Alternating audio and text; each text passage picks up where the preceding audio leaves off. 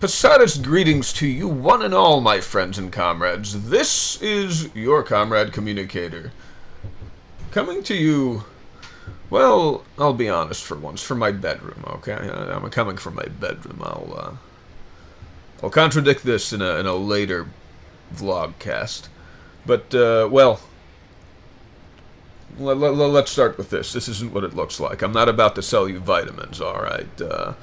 It's the vitamin company that Alex Jones was sponsored by did not come to me now that he's off of YouTube. Sorry to burst that bubble. I'm just heading out to the beach, and the waters are very important to us Posadists. To be connected to humanity's aquatic origins connects us both to our past and to our future. As we've discussed in a limited way on previous vlogcasts, I'm not here to sell vitamins is what I'm saying, but if you Venmo me a couple of bucks, add Comrade Communicator, no spaces, capital C all around. If you Venmo me a few bucks and mention your address, I will send you a pack of laxatives. Be assured of this. No, what I want to talk about today, though, is something else. I want to talk about critical support and critical belief. And I have returned from the beach. This was a very refreshing swim, and an enlightening conversation, as always, with Comrade High Commander. But before I get to the meat of our little talk today, let me just clear something up. I've had a little time to think about it, and I won't be sending you any laxatives. I don't think that the FDA or the United States Postal Service would take very kindly to it. No. But if you Venmo me $10 plus shipping and handling, I will send you some literature and a pin.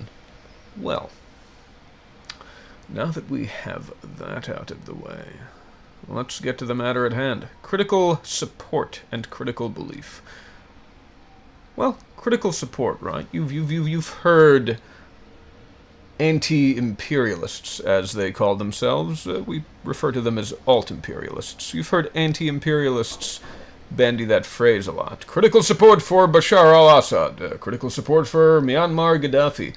Critical support for Vladimir Putin. Critical support for the Islamic Republic of Iran. Critical support for ISIS. I think that's the Spartacus League. Correct me if I'm wrong. I could be wrong. Critical support from... critical support for NAMBLA. You see why that didn't slide off the tongue exactly. Also, I think the Spartacus League. Oh, those terrestrialist trots, they get around. Well... Well, what's that mean? Well, it used to mean, way back in the day, that used to mean support with criticism, but you ever see any of those cats, right? You see those so-called anti-imperialists actually criticize the subjects of their critical support? Well, no. Well, really, the way they use it, it's more like support with whataboutism. Declare their support, you provide some criticism, and they say, well, what about American imperialism, right? You're going to criticize Putin's repression of communists and anarchists, right? And, just queer people, right? Well, what about Israel? What about the United States? What about support with whataboutism? Didn't always used to be the case. When early Trotskyists in the UK declared their critical support for the Labour Party, when Trotsky said that they ought to, right? That meant that, well, they recognized that the Labour Party was going to push for some short-term gains at the, short-term gains that the working class was largely on the side of the Labour Party in the election. But that they were not really a working class organization. This was a liberal bourgeois party. that was appealing to workers. And that Trotskyists could, they weren't going to just say, no, you don't want these reforms. You don't want to vote for these guys because they say they're going to make your life better in very material ways. They're going to say, well, yes, these are all wonderful things, but here is what's wrong with the Labour Party, even though they are, we critically support them. They're our party of choice. We're going to criticize them, and we're going to criticize them uncompromisingly. This is a bourgeois party. This party does not have your interests at heart, comrades. That is critical support as it was then, and very often the directive to critically support, that was for domestic electoral parties. The support there wasn't just notional, like, critically support Bashar al-Assad. What are you doing to support this motherfucker, right? You're carrying a sign in Europe or the United States or South America. Nothing more than that. Maybe post a YouTube video, right? Post a Facebook meme. Make a Facebook meme. Oh, that's real support. So, the support here is as notional, as the criticism is, right? But. That's exactly where we get into trouble, right? When our critical support is directed at an entity that we really can't do much to support.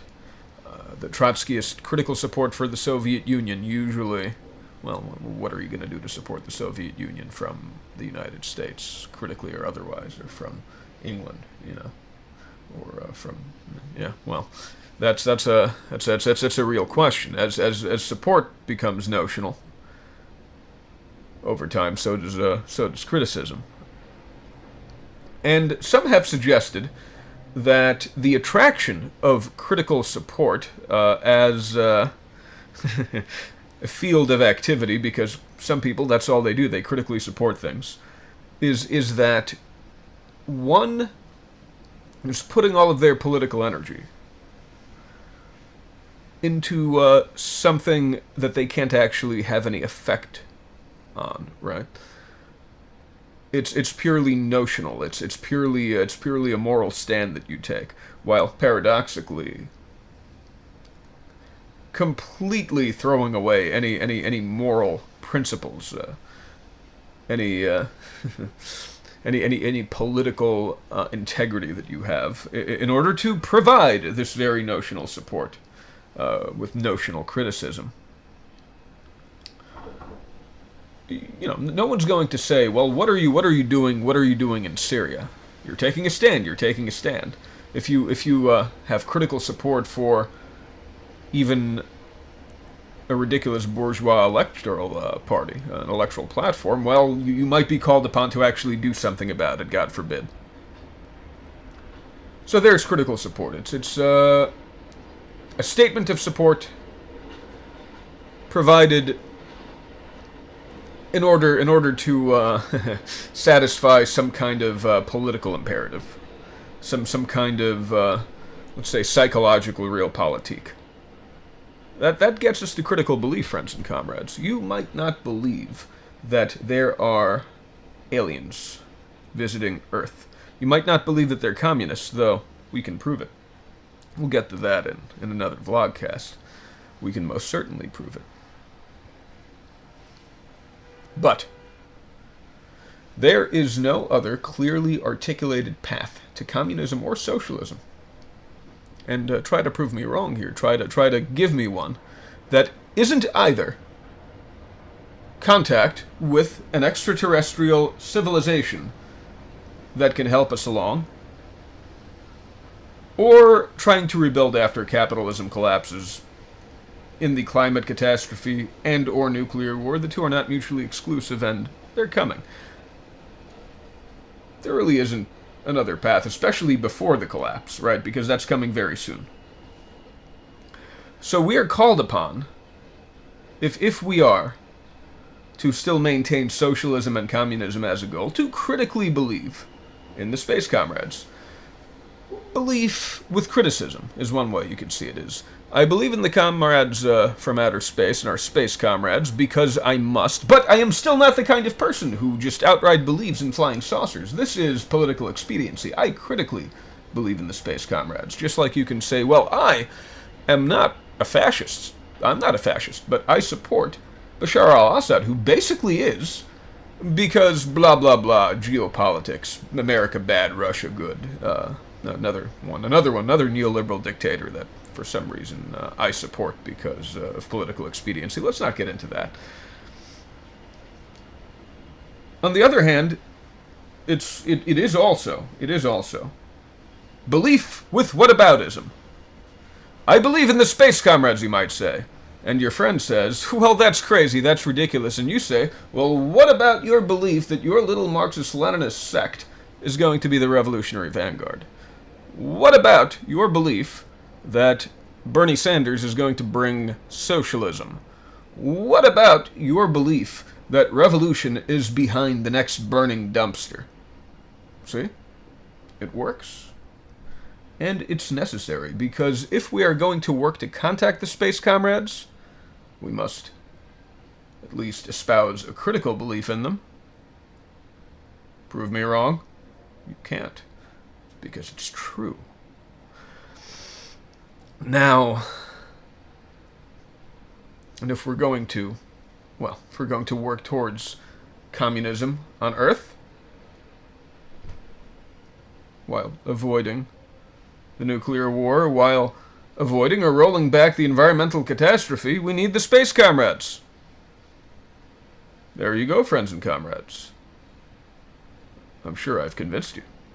Critical belief in the space comrades, a necessary part of any revolutionary socialist platform. And with that, I must bid you adieu. With a resounding, as always, friends and comrades, long live Posadist! Long live Comrade High Commander! Excelsior!